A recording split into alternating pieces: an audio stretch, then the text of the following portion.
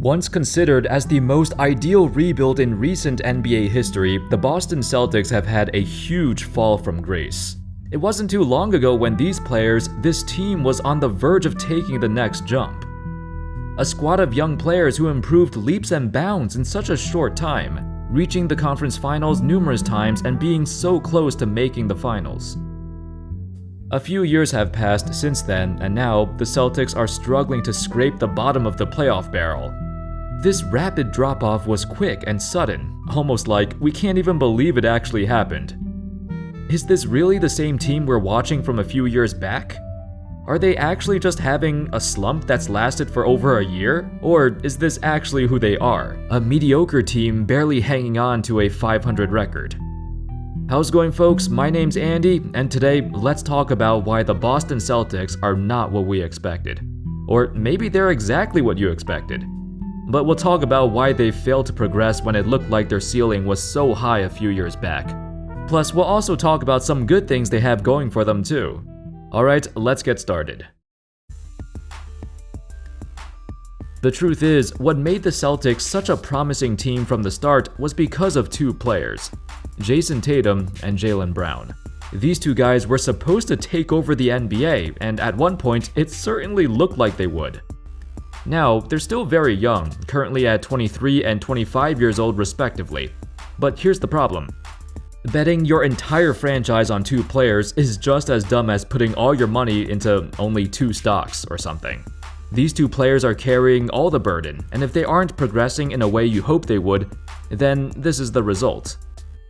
Because Tatum and Brown have stagnated, the entire franchise has stagnated. Not just that, but when you dive into some numbers, it tells an even deeper story. When Jason Tatum is on the floor with Jaylen Brown, Tatum has an atrocious 44% effective field goal percentage. Without Brown on the floor, Tatum's effective field goal percent increases to 50.6%. For Brown, it's the same. He's more efficient without Tatum next to him, though this difference is not that bad. According to Ian Levy of The Whiteboard, he stated, quote, "There are enough other variables at play that the Celtics could reasonably chalk these struggles up to a new coach, new teammates, and the ongoing challenges of keeping their core healthy and available. But if the Celtics wanted to shake things up and explore a big swing at the trade deadline, there is at least an argument to be made that this pairing may not be workable as the offensive engine for a championship contender. Maybe one of them has to go." The struggles of Tatum have been especially profound. It actually correlates with his increased isolation rate as well. Looking at his ISO metrics for the last few seasons, it's steadily increasing. From 12.8% to 15.8% to 18.6% to 19.3%. Now, nearly 1/5 of his shots come from ISOs. That's 7th in the NBA, and he's the least efficient in the top 7, hitting just 37.6% of his shots, and has the worst effective field goal percentage as well. The conclusion here is that Brown and Tatum just have a hard time playing with each other. More often than not, it seems like they're just taking turns doing their own thing, as opposed to playing off one another. On one possession, Tatum would go ISO, and on the next, Brown would call a pick and roll and try to create a play. This isn't a new thing either, it's just more profound now because the Celtics are struggling, and they have a lack of options on offense. This brings us to the next topic.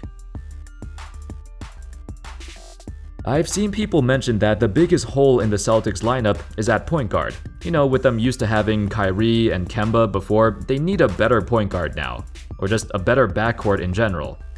However, I don't think that's the problem. The Celtics were actually better without Kyrie. Remember, they made their best run when he was injured.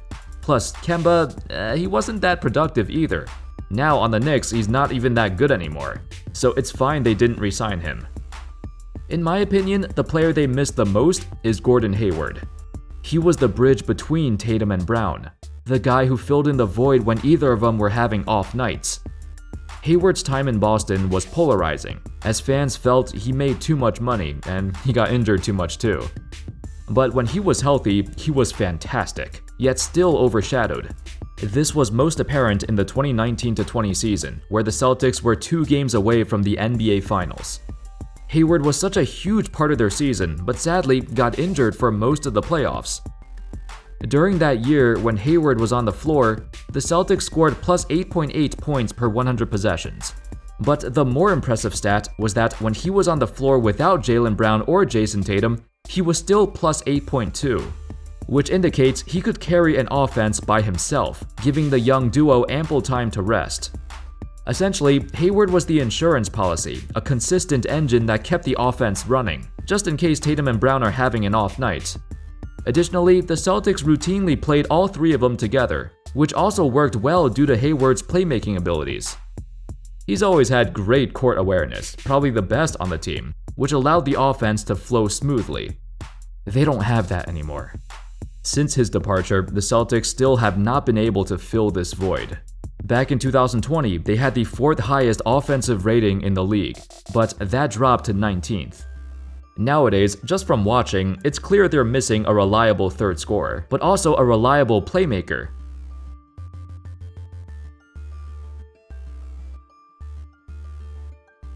Marcus Smart and Dennis Schroeder have got to be the most infuriating backcourt to watch. Dennis especially. For his entire career, he's always been the type of player who'd have like 3 bad games and then 1 good game. Overall, his average numbers look fine, but you gotta really observe him to see how frustrating it is. He's like the J.R. Smith of point guards. The talent is there, the skills are there, he just hasn't put it all together mentally. Dennis has had the same problems since he came into the league. He doesn't have the basketball IQ to remain a consistent threat. Marcus Smart has been their leader on defense, calling out rotations, guiding his teammates to the right spots. He's emerged as a true leader of this young team. However, he's like the opposite of Dennis. Marcus has all the intangibles, incredibly quick-witted and cerebral player. But he lacks the talent and skills to take over a game, or to force his opponents to bend to his will. He's basically been the same player for the last 5 years. If either of them had a reliable three-point shot, they'd be a much better complement to Tatum and Brown. But that's missing from both their games.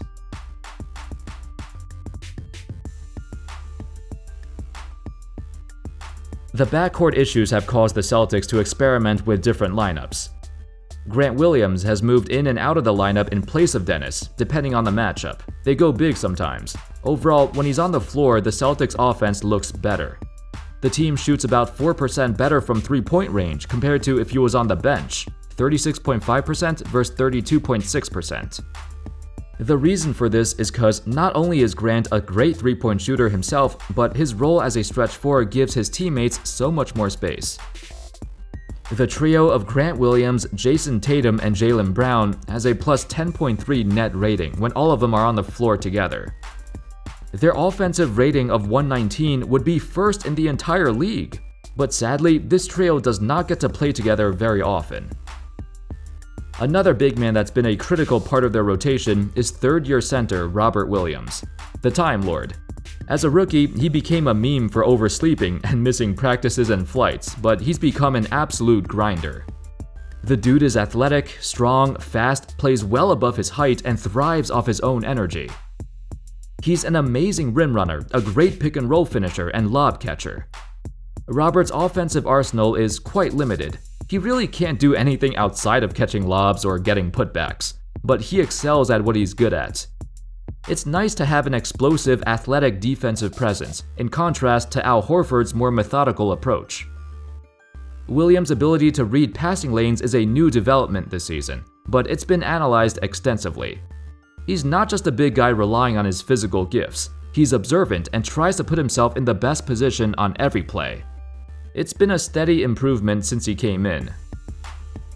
It's only been recently when they started getting significant playing time, and the Celtics have tried numerous lineups, but that's also led to confusion. Sometimes players would get benched even if they're playing well.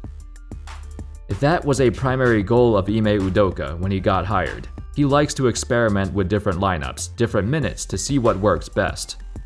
Overall, I'd say the Celtics still have a good team, but they've gone back to the testing phase, right smack dab in the middle of Tatum and Brown's best years. The future is now uncertain, which has sparked trade rumors among the Celtics brass. The organization can keep telling their two stars everything they want to hear, to be patient with the whole process, but nobody wants to waste away their best years like this. They've already had a taste of competing on the biggest stage. They want more of that. Anything less than contending for the title will not satisfy this team. Thank you all so much for watching. I hope y'all enjoyed the video, and of course, as always, I'll see you next time. Peace.